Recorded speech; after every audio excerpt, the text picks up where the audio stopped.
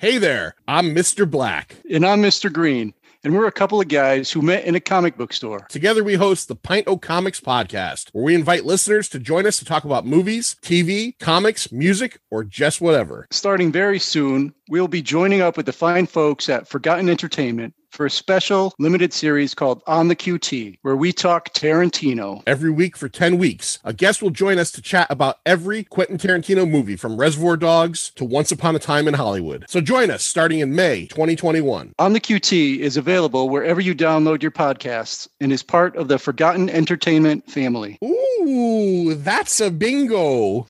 Attention, culture consumers. Join me, the Queen of Queries, Sarah O'Connor, and my band of nerdy knights.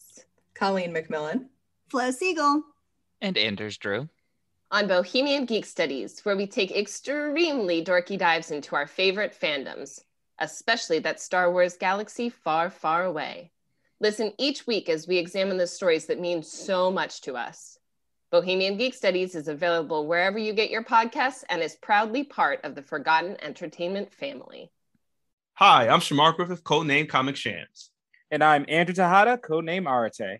I'm a blurred with a love for artwork and comics and animation. And I'm a writer and blurred with a love for pretty much the same things. We grew up together and spent much of our formative years watching and talking about DC superhero shows and content. In fact, we still do. Every episode, we will discuss a DC production, compare it to its original source material, and share our thoughts on the adaptation. We've enjoyed our conversations these past couple of decades, and we think you will too. This season, we'll put a shock to our system by covering Static Shock, the animated series, on yet another DC animated podcast.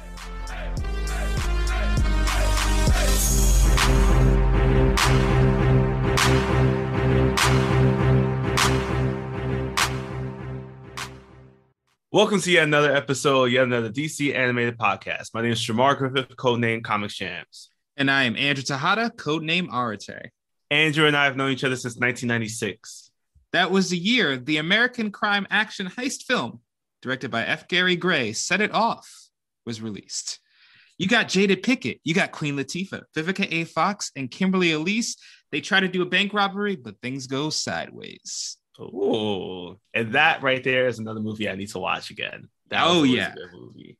Like, I know that new Michael Bay ambulance is coming out with Jake Gyllenhaal and John David Washington, and they're doing the same thing. But Queen Latifah did it first. Did it best.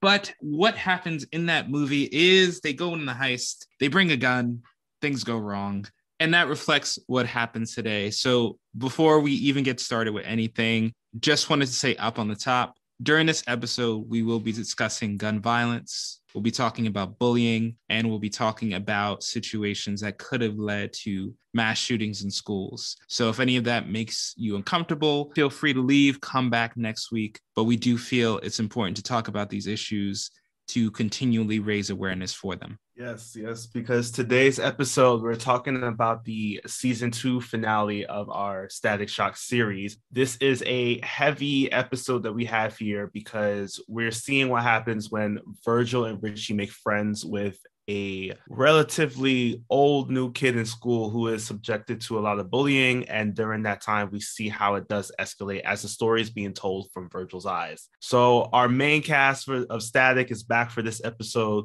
And we do have some special guest stars as well, as we have Mikey Kelly, who is voicing our bully here, Nick. You might remember him actually from his voice from an episode of Batman Brave and the Bold. He voices Commandy.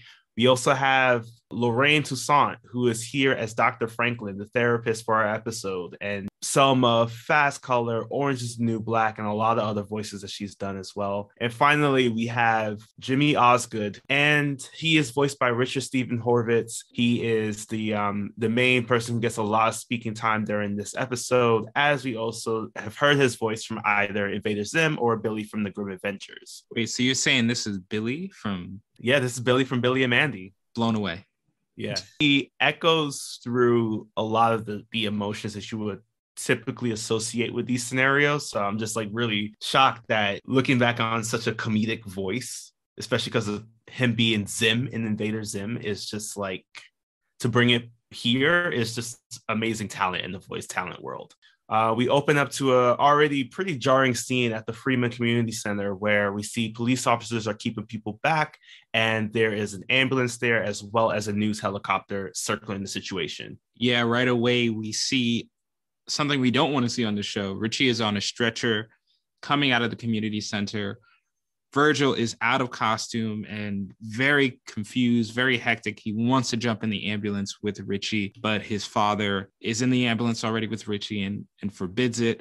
So right away off the top, it's an action-packed opening. We're clearly right in the middle of something. So to understand it, to take us back and reveal that Virgil is talking to a therapist and going to be telling this entire story through narration and through a flashback. Yeah, and already here opening up to this office, Virgil is acknowledging the fact that he's never done therapy before. You know, there's already that stipulation right there of just like that common thread of just like Black people don't do therapy. Like this is, you know, here he's acknowledging that like, yeah, he was told that he needs to talk to somebody who recognizes that his father's work is already helping out so many kids. So he decides to speak to a therapist. During this time, Virgil recounts how he is, you know, he doesn't say he's out there being static. He mentions that he bumps into an old friend, but we see that as a fight between Static as he's going toe to paw with Carmandillo here. And Carmandillo is doing good. He's been talking about how he's been training and he's been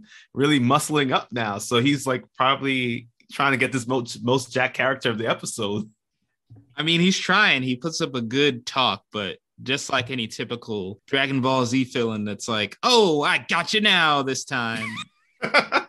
Nah, not this time, Carmandillo, because your final form was not enough for Static, because Static pretty much instantly overwhelms Carmandillo with a couple of choice hits. And he ends up wrapping Carmandillo on a ladder because he has to get to school. And Carmandillo, I love it. Yes. As Virgil's flying away, he's like, I hope you get detention. Just hilarious. Just what I expect from the best villain on Static Shock, Carmandillo.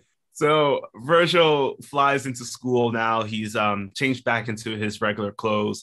And as he's trying to make his way into the office or the school classroom, teacher catches him immediately and tells him he has two options. He can either sit in the principal's office or sit in class. So obviously, like many of us, he chose the sit in class option.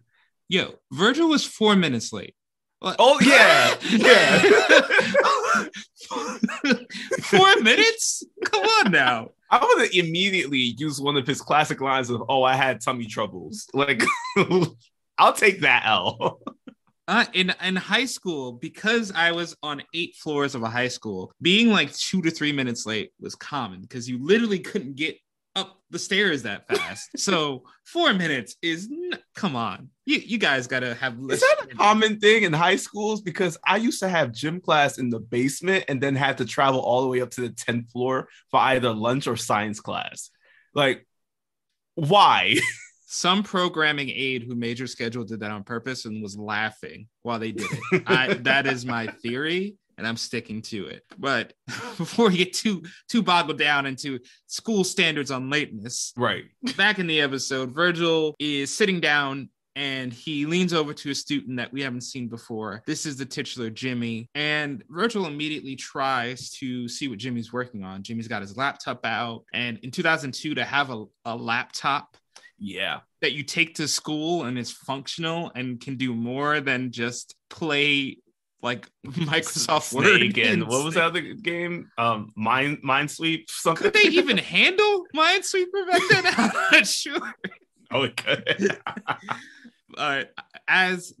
Virgil's just trying to get to warm up to this new kid, and then here comes this guy Nick. I couldn't describe him. He has like this baby head, but he's also a gym he bro. looked like he looked like one of the Wonder Twins, DC's Wonder Twins. Yes, if they just decided to, I don't know, just bench press and do no leg day at all. See, he was like, Carmandillo is going to try to take the No Jacked award from me, but I'm going to do it. And he did impress me today with the muscles. But this babyface bully Nick starts harassing Jimmy, just messing with his computer, moving the mouse, doing all these just annoying things for no good reason. And Virgil even narrates like, what is going on with this right. kid? And it's just constant harassment. Yeah, and he does bring up a good question too. It's just like, why, the teacher, Mrs. Coleman, who obviously is referred to as like having eyes like a hawk, why is she not seeing anything happening here? Like, it's clear around the classroom that this is happening to Jimmy. And he does question now, like, why didn't the teacher see it? Why didn't he just step up and try to stop it? And, that level of internal dialogue is really surprising just to hear, mainly because he does end it with justifying his own actions or inactivity, really, by saying that, he could have helped, but when he's seeing someone in this situation not even trying to help themselves, what more can he do? So now school ends for the day. Richie and Virgil are heading out. They're discussing about their homework assignments, but then they immediately see that Jimmy is being once again harassed by Nick and his crew, his goons. They're grabbing his laptop. They're grabbing the mouse that was connected to it. They're giving him a wedgie, and, they drop the mouse on the ground, causing it to crack. And Virgil and Richie immediately run over to try to at least help Jimmy up, because at that point, they kind of just sat back once again and kind of watched the scenario, or it was just like not enough time for them to reach over to intervene. Yeah, and this is just such an interesting point for Virgil, because Virgil, to our knowledge, does not have any super strength, doesn't have any, obviously he's not a trained martial artist or anything. So there's really nothing he can do as a civilian to kind of soften this blow. So it's really, he, as much as, it looks like he's helpless, he really can't do anything without exposing himself. So it really is quite this interesting thing where he's stuck in. So what he offers to do is go to help Jimmy to report what's going on, to do something, but Jimmy doesn't want to go through that process. So instead, Virgil and Richie team up. They decide to, Virgil steals, well, not steals, but borrows his... Permanently borrow them. The permanent borrow. His sister Sharon's old mouse, and gives it back to Jimmy, while going over to the house and offering to spend some time. I do want to know, though, how does everybody know where they all live? Because I feel like this is at least the 5th time I've seen Virgil just go over to somebody's house. Like, Dakota's got to be a big city. You can't just know where every single person is, especially if he just met Jimmy in this episode. Well, he's got those sneaky links in the police department. So as Static and Virgil. So, I think somehow he's cracking the database. Yeah, okay. I guess that's a good point. So as they're inside the house, they're like really, Virgil and Richie are just really amazed by Jimmy's stuff. But the first thing we do see, though, is before they head on up to his room, is that we meet Jimmy's mom, who is really happy to see that Jimmy has some friends to talk to. She, asks us, like, is there anything she could do? But right now she's actually heading out. And before she leaves, as Virgil and Richie head up the stairs, she stops Jimmy for a second and tells him, make sure not to chase them away, which shows here that maybe she has seen in the past that he's had some issues either with making friends or like the friends he has had, he's pushed them away in some way. So now that they're up in Jimmy's room, Virgil and Richie are checking everything out. They're impressed by all the sci-fi stuff that's around. It's very dark also in the room. As they're hanging around, Virgil's checking out a lava lamp while Richie and Jimmy are talking about this toy space gun. And then as he heads on over to Virgil, Jimmy tells him, hey, I got something even cooler than all this stuff. I can show you a real gun that my dad has in the house because he bought it for protection. And this immediately sparks a sharp reaction from Virgil. Virgil kind of just lets it all out at once. He just goes, I hate guns. My mom was killed by a gun. And he immediately tells Richie, they're leaving. There's no way that they're going to stay in the same place where a gun is, out and free. And this cuts right back to the therapist, who says, you did the right thing. Mm-hmm. This is absolutely what you should have done. If someone shows you a gun, it was the smart decision to make. And, just goes with reinforcing this episode about guilt. What could he have done differently? And again, the therapist is constantly reassuring Virgil's choices into take action and to not take action. So Virgil continues on his story. He tells him that Jimmy did end up apologizing for making him feel uncomfortable in this scenario.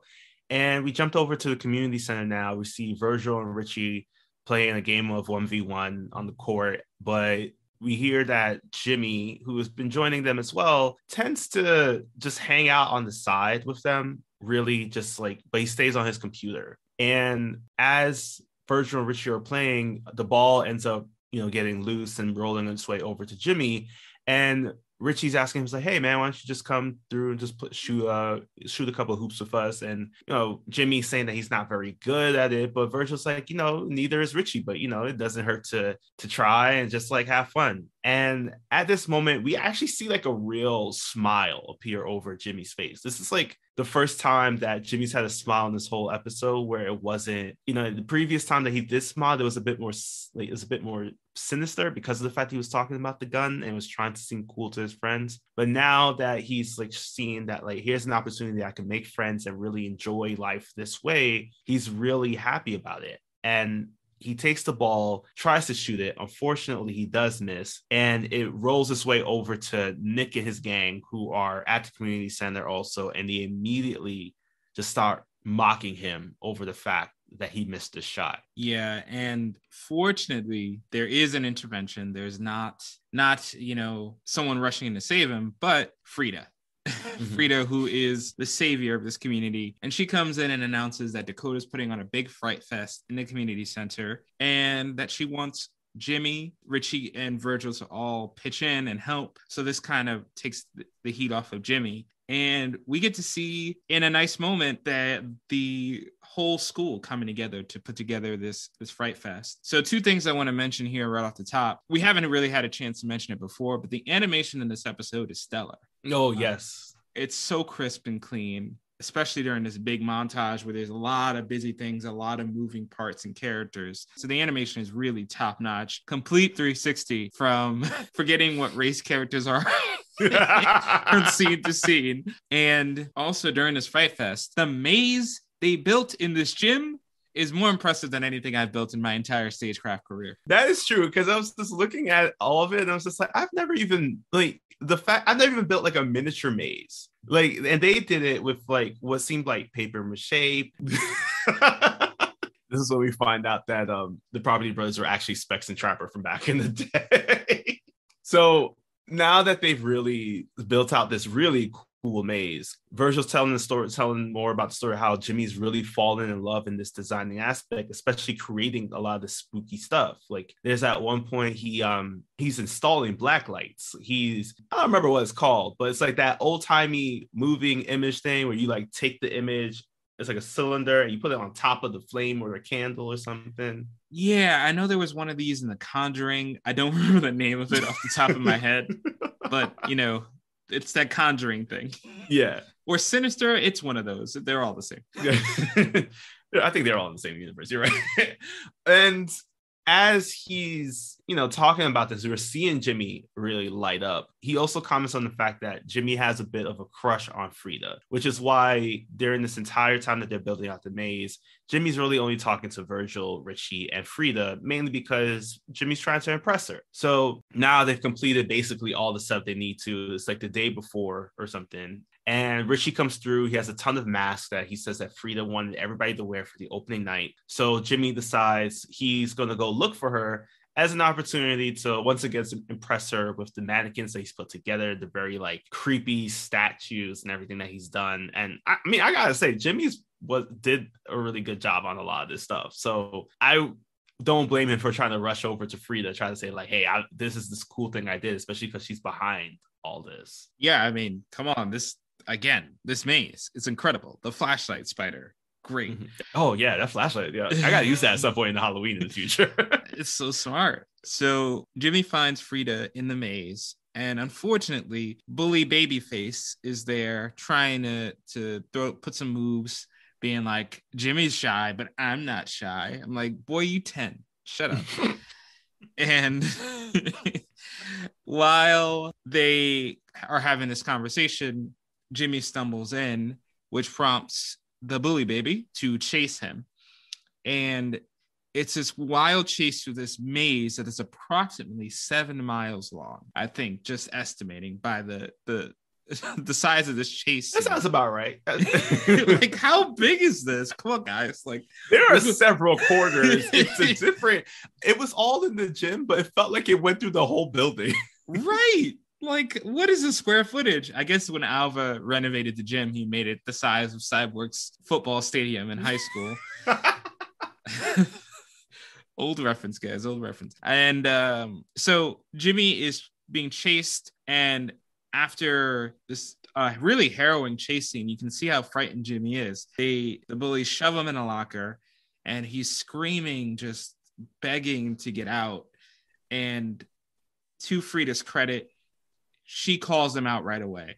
She's not ashamed to say, you guys messed up. And even though Virgil gets him out of the locker, Jimmy is clearly shaken by the incident. And in light of that, he decides to skip out on the Fright Fest event completely. And Virgil goes to catch up with him the day after. Yeah, because now it's time for them to break down this entire maze that they set up. Nick, he's clearly showing that, like, even though he seemed remorseful about the fact of being called out by Frida, he's still up to his old ways, because he's talking to Frida and saying that, like, he had to teach Jimmy a lesson. You know, you shouldn't be eavesdropping like that. And Frida does tell him that, like, if you wanted to apologize, don't say that you're going to come and help me break down the decorations. You should just go apologize to Jimmy, like she's about to do, which I was really impressed just to hear that, because, you know, Frida didn't do anything wrong in that scenario, but acknowledging the fact that, like, she could have done something else in any way, shape, or form, I appreciate just hearing that. And now Virgil and Robert are on their way to the community center.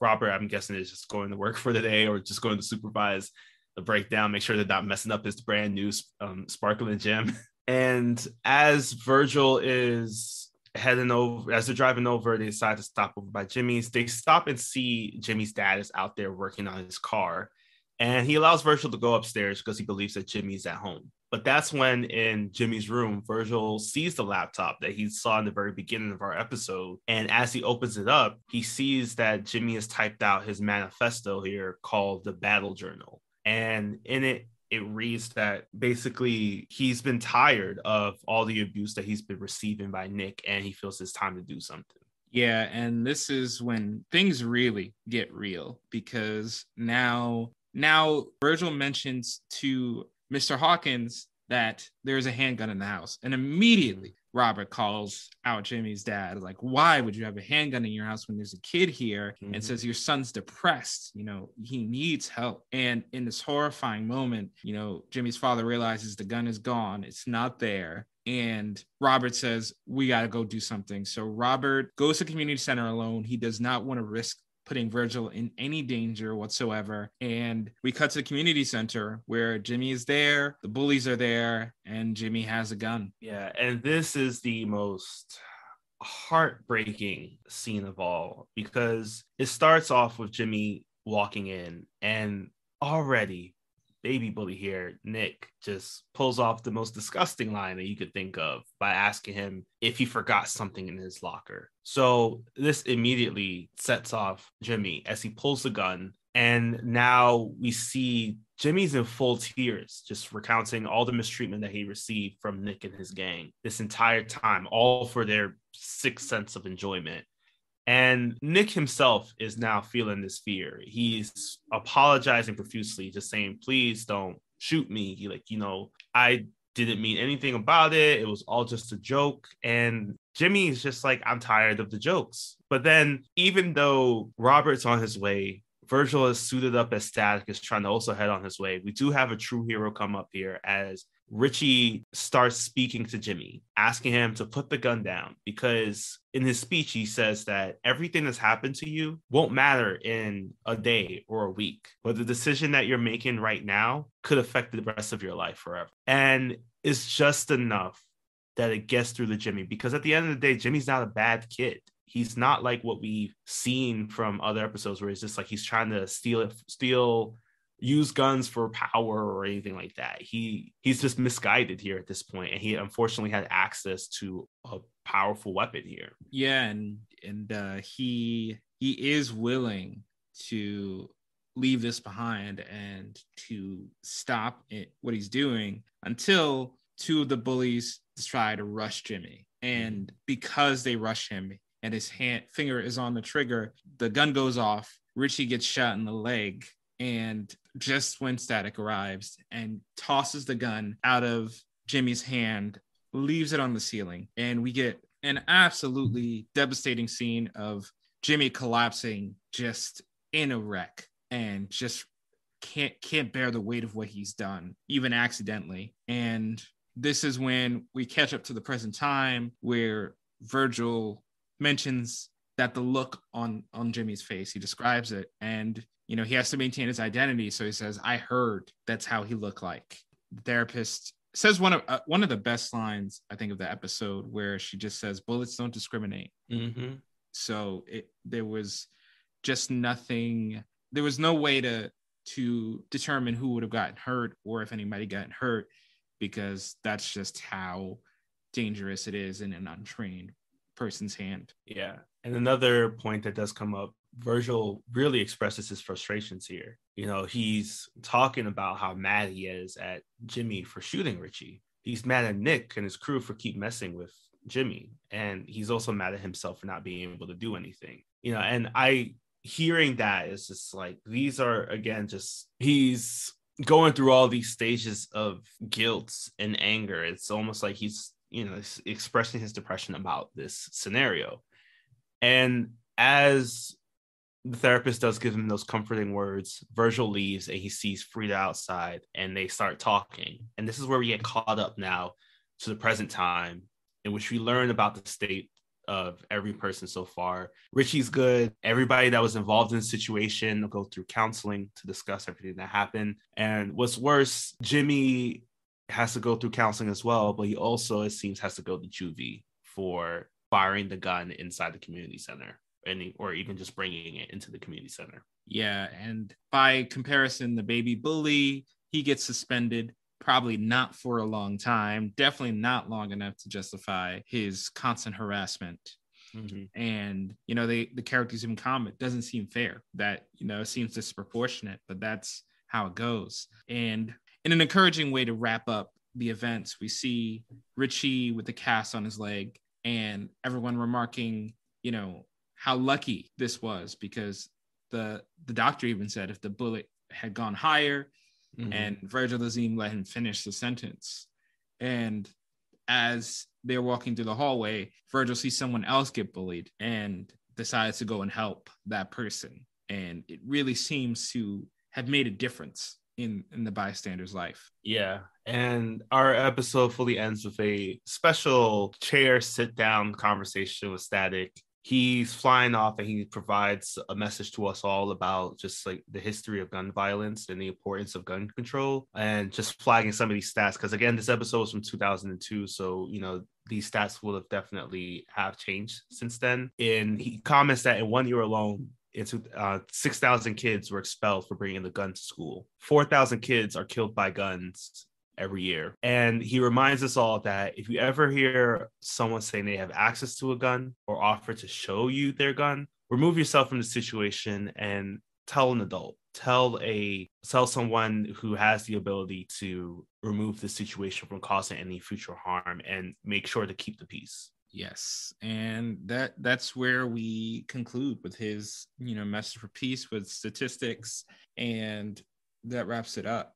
Obviously, we're not going to rank this. This is a very special episode, obviously, with a distinct message. But what I can say, and I maybe you'll echo this, there's a lot of special episodes out there. a lot of I pushed the message. But what I did appreciate was that this still felt like an episode of Static. It didn't feel like the show had broken its entire formula to deliver a meaningful message. It felt like, as a testament to the show, again, that is constantly covering serious issues anyway, this felt like a natural extension of the show for me. And, yes, it did have the end scene where they're directly addressing, but for something where you're getting so serious, you kind of need to do that. Otherwise, kids might be confused and think, all kinds of things. So it does make sense to have that last camera address. Yeah, I agree. Also, this, like you said, this feels like a Static episode, but when you really look back on it, this was the one episode of Static Shock where we barely saw any Static abilities being used. Like maybe 3 times at most. There was no, there was, it's just shocking to see that we had such a compelling episode and didn't have to resort to, superhuman abilities of feats and strength in order to solve the issue. This is one of those episodes of Static where it's just like we needed to address it. And in 2002, this was at the cusp, I think, of just when we were experiencing gun violence within the cities, and then also gun violence within schools. There was unfortunately a period in which we all experienced seeing guns being used in school. We came from a generation that saw what happened with the events of Columbine, one of the, if not, I think the first mass school shooting that ever went down. So, and that rocked our generation for years. It's why we needed episodes like this to really just say that we're recognizing now that some of this stuff is so easily accessible that we needed to bring that forward. And I'm glad that they did it in this way, where it's just like already breaking a lot of barriers here of just, speaking to a therapist, recognizing that at the end, during this whole time, he's just really just confused about everything that went down. But even in the end, it's still left so ambiguous and confusing, because it's just like, why is it that the people who were the true victims here experiencing are being treated so unfairly? Like Jimmy going to juvie compared to Nick just getting some suspension and, I don't know, like maybe a couple hours of community service doesn't equate on the justice scale for us. And that same level of confusion that they brought there is the same level of confusion that people feel when they unfortunately do have to experience these situations. Yeah, I do. Yeah, there's definitely, they take the time to not present this person as this loner who is set off by, video games or some like devilish music or whatever, some excuses people come up with to try to justify it. And I think the show does a good job at saying it's hard to justify. It's hard to explain what's going on. You kind of want to rationalize these incidents. You want to be able to trace together a pattern so that these things never happen again. And there's no one thing. There's no, of course, yes, if a gun had not been available to Jimmy in such a close proximity, even though it was locked up, if it had not been in such close proximity, would he have tried something else? Would something else have gone down? We don't know. But what we do know is that this incident stemmed with mental issues, with bullying and being pushed to such a level before anyone intervened in a meaningful way. So the message is really pushing not to carry guilt, not to carry responsibility for these incidents, but to understand that there are many parts of this process and many points where maybe something could have been done, some action from adults. Yes. And that because that action was not taken by adults and it rippled down to the kids and unfortunately led to the events we saw here. Yeah, and just speaking about how an adult's impact could have changed this scenario in any way if it was addressed earlier on, something that I felt was kind of visually just like a way to show that was just again, Jimmy's room was very dark. We saw the little things here and there. And then it wasn't until Virgil went inside the room by himself and alerted his father and also Jimmy's father about the plan that Jimmy might have put in action that Robert opens up all the blinds. And it really kind of just like, for me, it was echoing. It's like, we're shining a light on this situation dealing with your son right now. Jimmy isn't a kid like that, or Jimmy isn't going to do anything like that. He's not that kind of person. This is why I felt safe about leaving the gun the way I did, because I never expected Jimmy to do anything like that. These are real lines from the episode, but these are also real lines that we hear from people around these scenarios where they just never that just shows us to hear that like we never expect when these things are going to happen. So this is why it's important to always just keep a watchful eye just really say something if you're aware of something might happen, because the more vigilant we are, the better we are at helping people when it comes to these scenarios, because it means that we don't have cases like what happened here with Jimmy, or what happened with a lot of other unfortunate mass shootings throughout history. And it's something that I will say that I think the comic book industry is now learning how to address, because to be honest, in superhero stuff, you're more likely going to see the hero face off against the gun, but more if it being like them dodging it or taking the hit, because our heroes are expected to put themselves in front of the gun, and we know that they'll survive because either, again, they'll jump out the way, or the gun can't pierce their impervious skin or something like that. Yeah, I mean, you have a lot of superheroes that are bulletproof or can make guns virtually not a problem to them. Mm-hmm. So it helps to ground it. And I think it is important as important as this episode is, as a very special episode, I think it's also key to understanding what makes this series so good and so solid, because every bang baby that Virgil faces that has trouble with their powers, they're another kid with a gun. Their gun is just metahuman abilities, and they're pointing it and they're misusing their gift. And what the therapist said, it goes back to what the therapist said, where she goes, it's okay to be angry, but it's what we do with that anger that matters. And the show constantly shows teenagers who are turning their anger against their community, turning their anger against their loved ones and people who don't deserve it, innocent people. And the series always emphasizes that rehabilitation and mental help for these kids is the most important, especially in episodes like Frozen. So this is again why it feels like an extension, because the series isn't doing anything new. It's not saying anything groundbreakingly new from what it teaches. It's just making the issue more realistic and making it into something you might encounter in the real world. Yeah.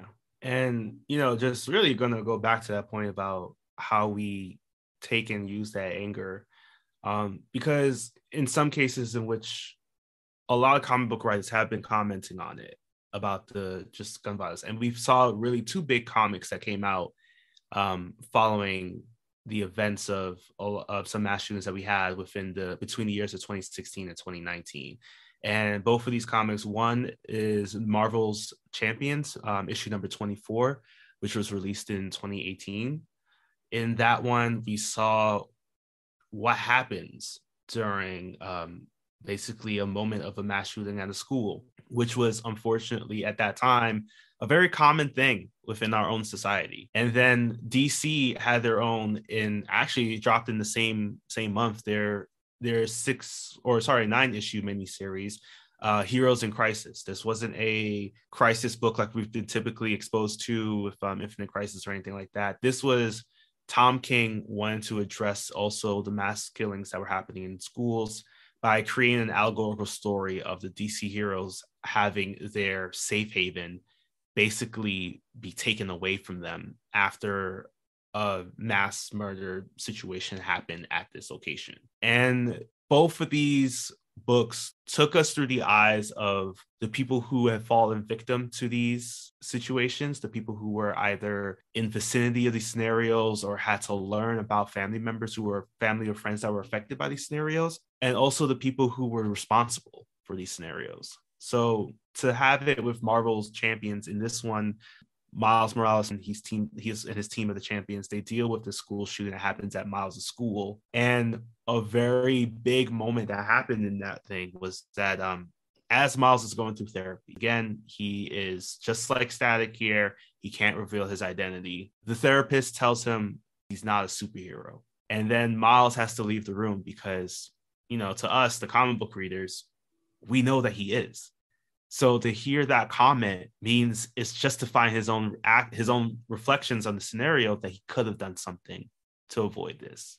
And this leads him into his own stage of depression, along with the rest of his team, who includes Ironheart, who is basically Marvel's newer Iron Man, Riri Williams, who we'll soon see a show of. I'm very happy for that.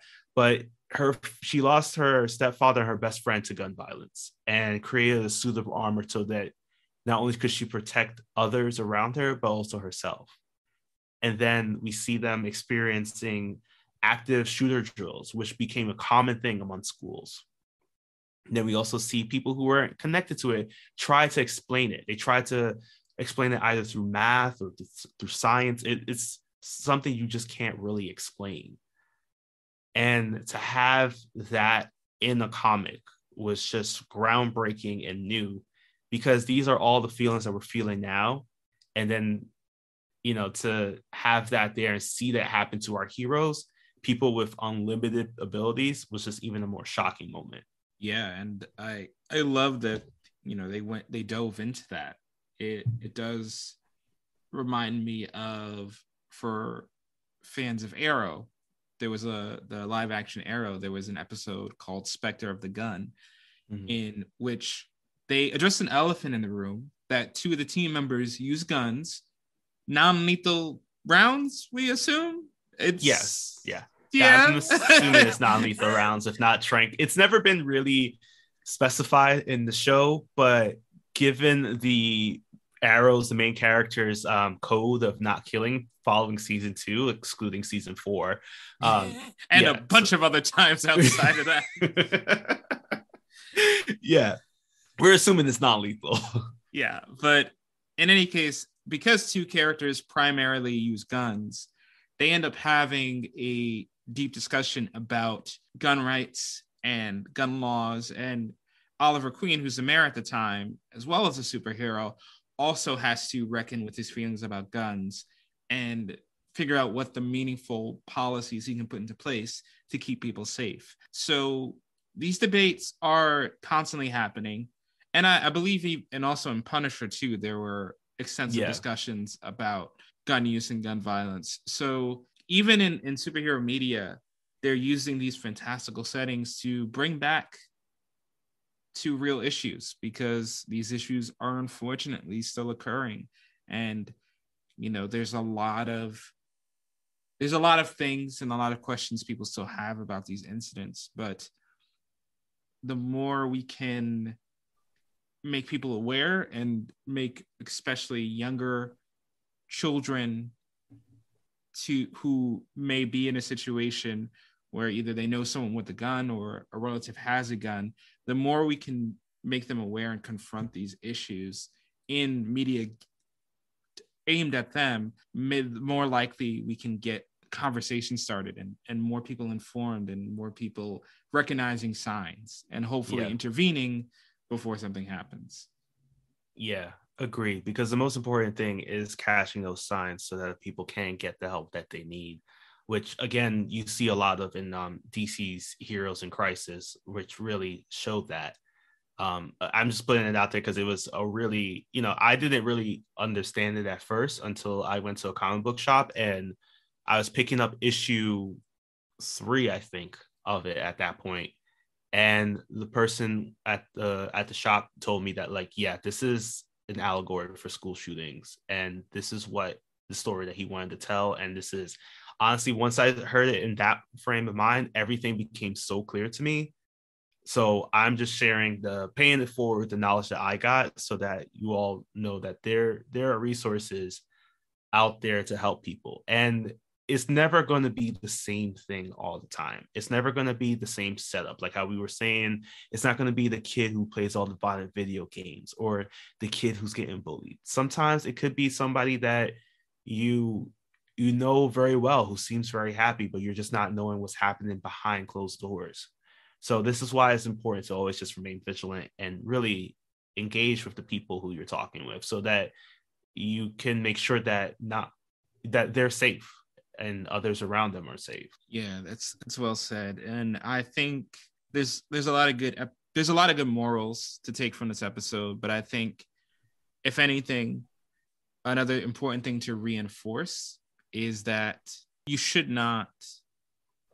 don't bear guilt for this. There's a lot of things that happen that, we can't explain and can't add up in our heads, especially for millennials. Damn, we've seen a lot. Oh, yeah.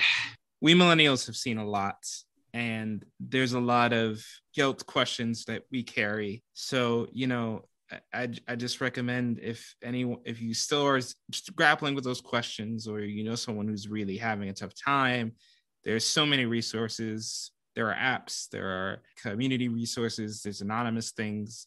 If you're feeling any negative emotions and you just want to talk with them, and even if you've never done it before, it is really easy to do, and there are resources everywhere for reduced price, some free. So take advantage of those if you are feeling like that. Yeah. And just to also, I do want to comment real quick about gun control. I personally do not like guns. I'm very much how Static felt.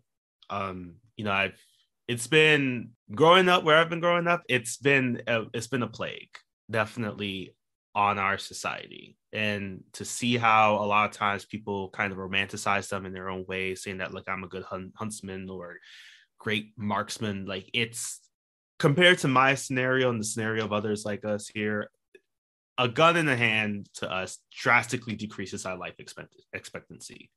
So that's why, honestly, it's from an unorthodox source.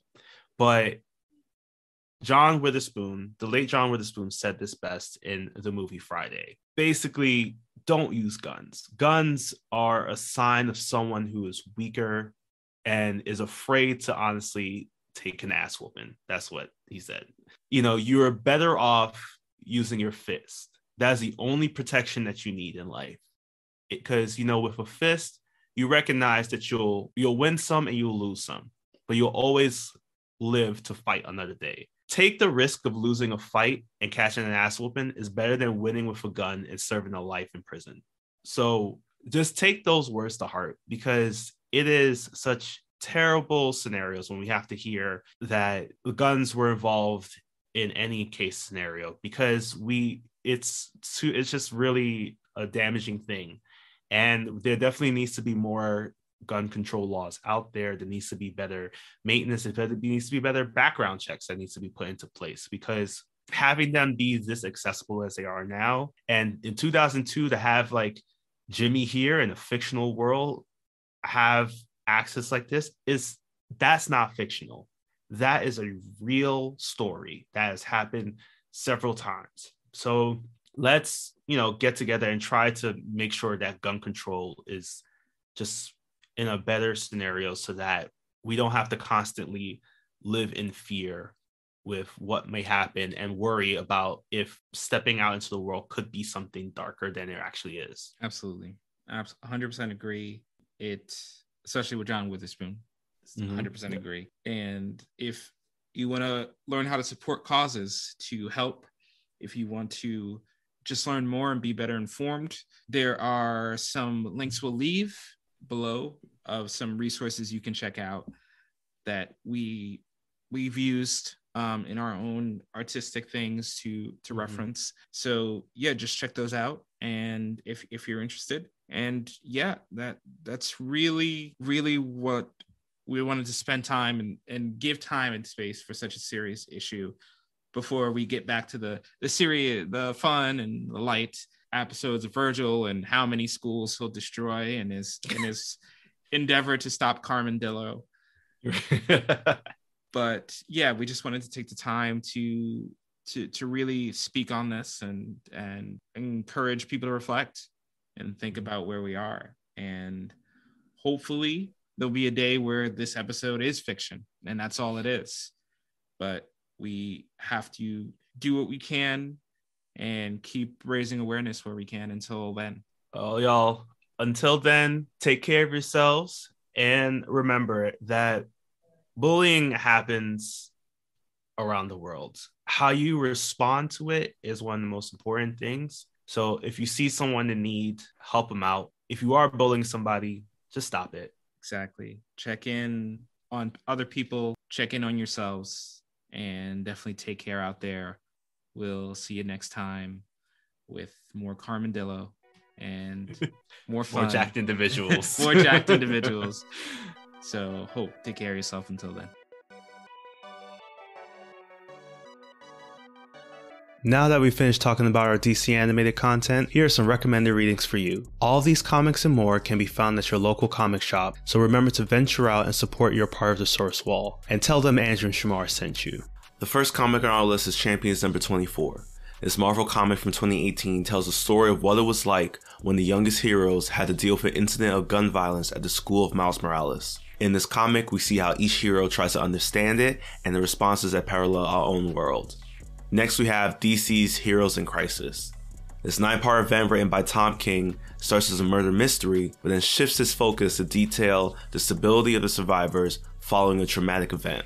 After an incident at a safe haven for the heroes leave many of them dead, the pillars of DC's heroic community try to understand how this happened, especially since it means it had to be one of their own breaking the ultimate trust. That's all for our comic list.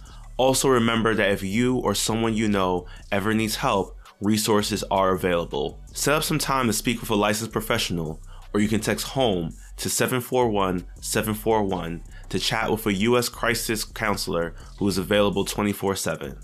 If you feel depressed, anxious, lonely, or have thoughts of causing harm or self-harm, it is important to talk to someone. Take care of yourself, and we'll see you next time.